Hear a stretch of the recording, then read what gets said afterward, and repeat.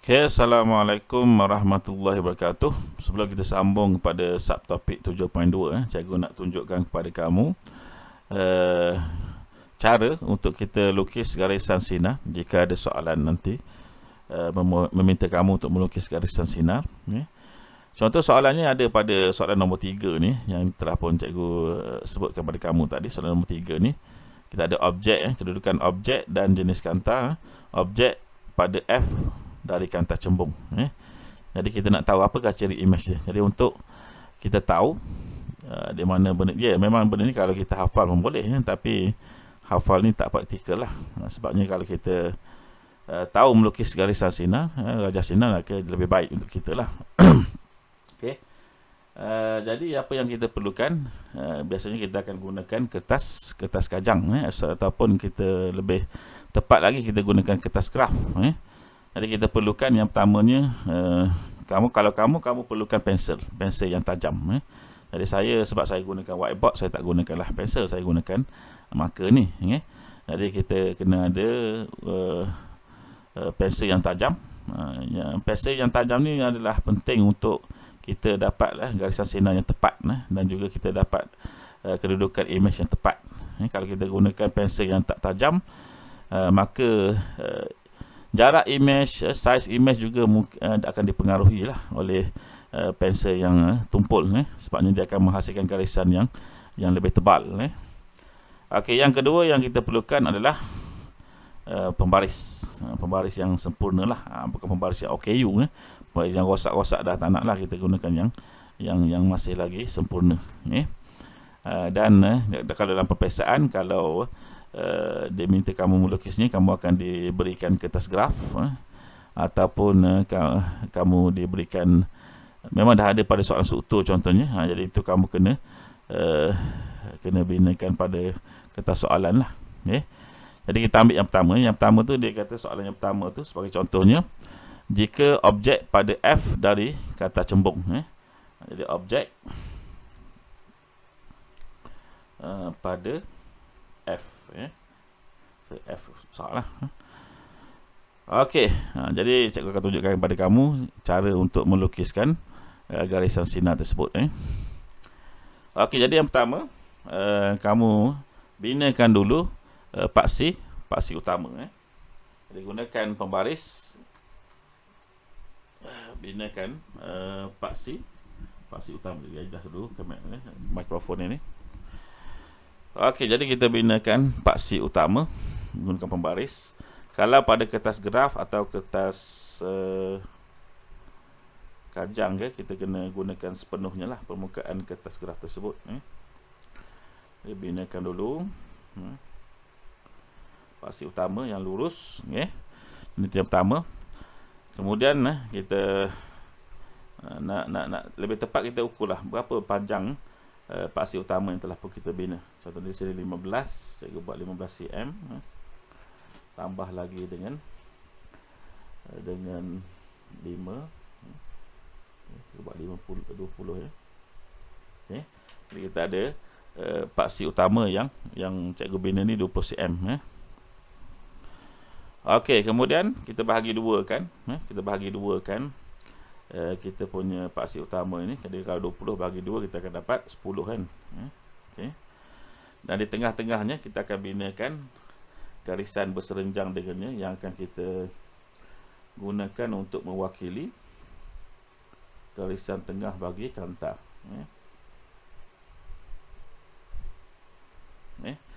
Jadi kalau berserenjang, dia mestilah mempunyai sudut 90 darjah di sini.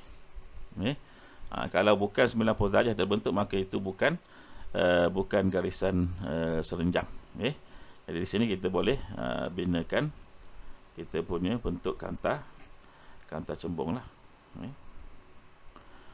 Okey, sebenarnya kita binakan, kita tandakan titik F dan 2F di sebelah kiri dan sebelah kanan. Jadi kita memula daripada pusat optik. Cikgu nak buat jarak dia 4 cm. 4 cm, maka 2F mestilah daripada 8 cm. Jadi ini adalah F, ini adalah 2F. Jarak yang cikgu pilih tadi daripada pusat optik sehinggalah sampai pada F 4 cm, daripada F kepada 2F juga 4 cm. Dari sebelah sini pun cikgu kena tandakan yang samalah. Bermula daripada kosong sampai kepada F di sebelah kiri, sampailah pada 2F di sebelah kanan. Jadi kita akan dapat F dan 2F. Okey. Sekarang ni kita tengok soalan ni dia kata objek pada F. Jadi kita binakan objek yang bersenjang dengan paksi utama pada F. Jadi cikgu nak binakan objek yang panjang dia 2 cm. Di sini 2 cm. Okey, jadi garisan sinar yang pertama yang akan kita binakan adalah garisan sinar yang selari dengan paksi utama. Selari dengan paksi utama. Jadi nak tentukan selari ini, kita boleh guna pembaris lah. Maksudnya kalau kita guna pembaris ini, contoh kita ambil, kita buat, cikgu kira panjang dia, ini adalah 2 cm, maka dia mesti juga 2 cm lah bila sampai di sini. Ini cara, ini 2 cm, ini pun 2 cm. Tandakan sini senang. Kemudian kita binakan garisan tersebut menggunakan pembaris juga. Garisan tadi mestilah selari sampai di sini, sampailah menyentuh, tak nampak ya, sampai menyentuh pada garisan tengah kanta tersebut.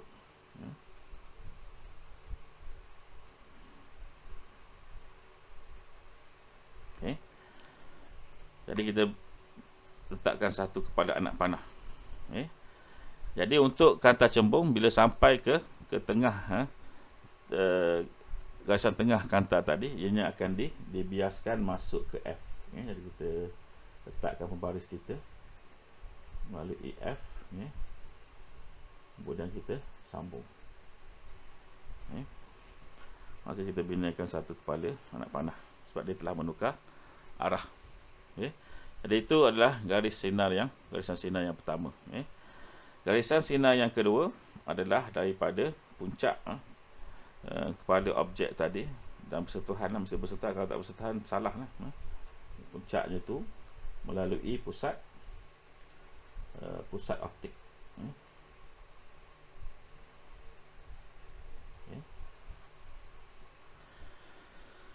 Okey. Dan di sini kita akan dapati dua garisan ini adalah garisan selari lah. Dia tak akan bersentuhan kan. Jadi kita boleh binakan dia punya garisan putus-putus sama juga kat atas ni. Bila kita buat garisan putus-putus, dia juga tetap akan tidak bersentuhan selari. Kita sambungkan lagi. Jadi di sini kita dapat tentukan bahawa imej yang terbentuk adalah yang pertama maya, kerana imej yang terbentuk di sebelah sini lah. Sebab kita dah bina garisan putus-putus ni sebelah kiri, sebelah yang sama dengan objek, maka dia adalah maya. Dan kalau dia bersentuhan pun, bersilang pun, garisan ni tak tahu kat mana, maka di mana-mana pun jadi imej dia akan jadi lebih besar daripada objek. Dan kepala ke atas, maka dia adalah tegak. Itu contohlah. Jadi itu sangat penting lah kalau kita nak buat garisan ini supaya lukisan kita tepat. Kita mesti gunakan pensel yang tajam dan juga pembaris yang sempurna lah. Okey, ini contoh yang soalan yang pertama tu. Cuba yang cekung. Yang cekung. Tak cekung sini. Ada satu. Objek daripada 2F dari kanta cekung. Objek pada 2F. Ini untuk kanta cekung. Objek pada 2F.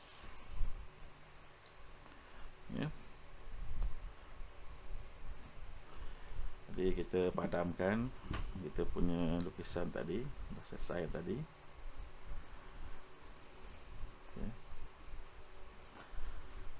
Okey, kemudian kita binakan garisan sinar kita.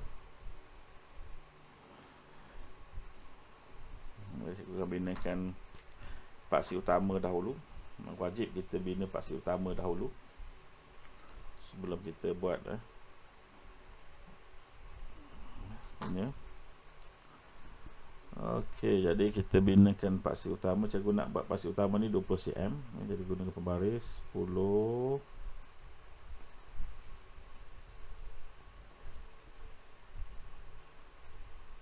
10, garisan tengah ni 20. Jadi binakan garisan berserenjang untuk menjadi garisan tengah pada kanta kita.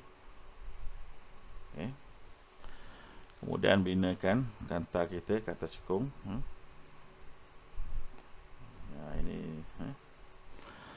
Okey, dan tandakan F dan 2F. Cikgu nak gunakan jarak daripada pusat optik ke F adalah 4 cm, maka 2F 8 cm. Sama juga cikgu nak buat sebelah sini 4 cm, 8 cm. Jadi ini F, 2F, ini F, 2F. Jadi kedudukan objek adalah pada 2F. Jadi kita binakan objek pada 2F. Jadi kita binakan objek 2 cm lah. Kita letakkan mudah untuk kita kira nanti. 2M. Minta maaf, dia ada masalah sikit dengan marker ni. Okey, jadi garisan yang pertama adalah garisan yang selari dengan paksi utama. Kita binakan garisan selari paksi utama.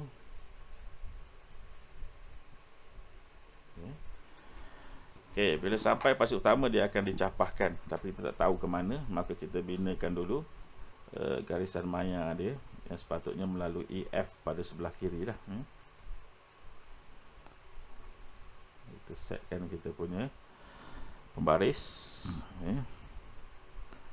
Buat garisan putus-putus sampai ke sini, maka barulah kita sambung dengan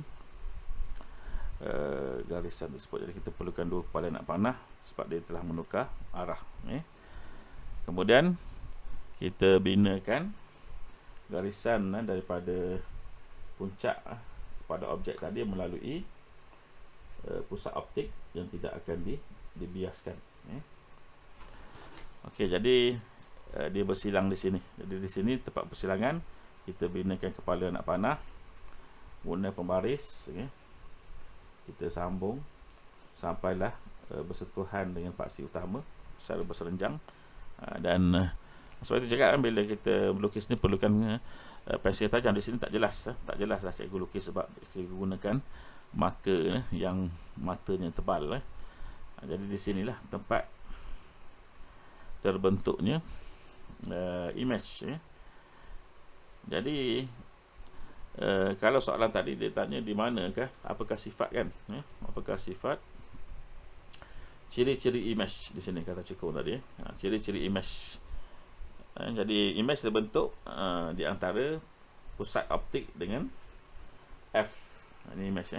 Image terbentuk dari image I lebih besar daripada pusat optik, lebih kecil daripada F.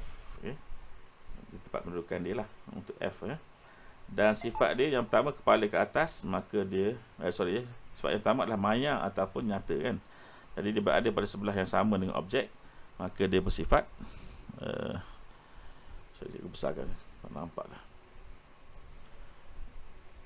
Okey. Jadi sifat yang pertama dia adalah maya. Okey, yang kedua, adakah dia tegak atau dia songsang? Dan ini kepala ke atas, ini kepala ke atas, maka dia adalah tegak.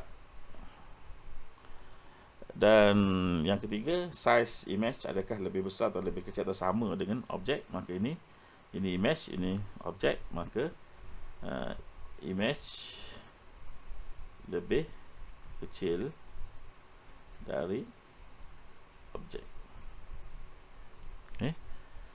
Jadi itu cara kita nak menentukan ciri-ciri image yang terbentuk. Tapi kita kena tahulah kaedah untuk melukis garis sinar ini. Okey, jadi kita kesambung nanti pada bahagian lain. Assalamualaikum warahmatullahi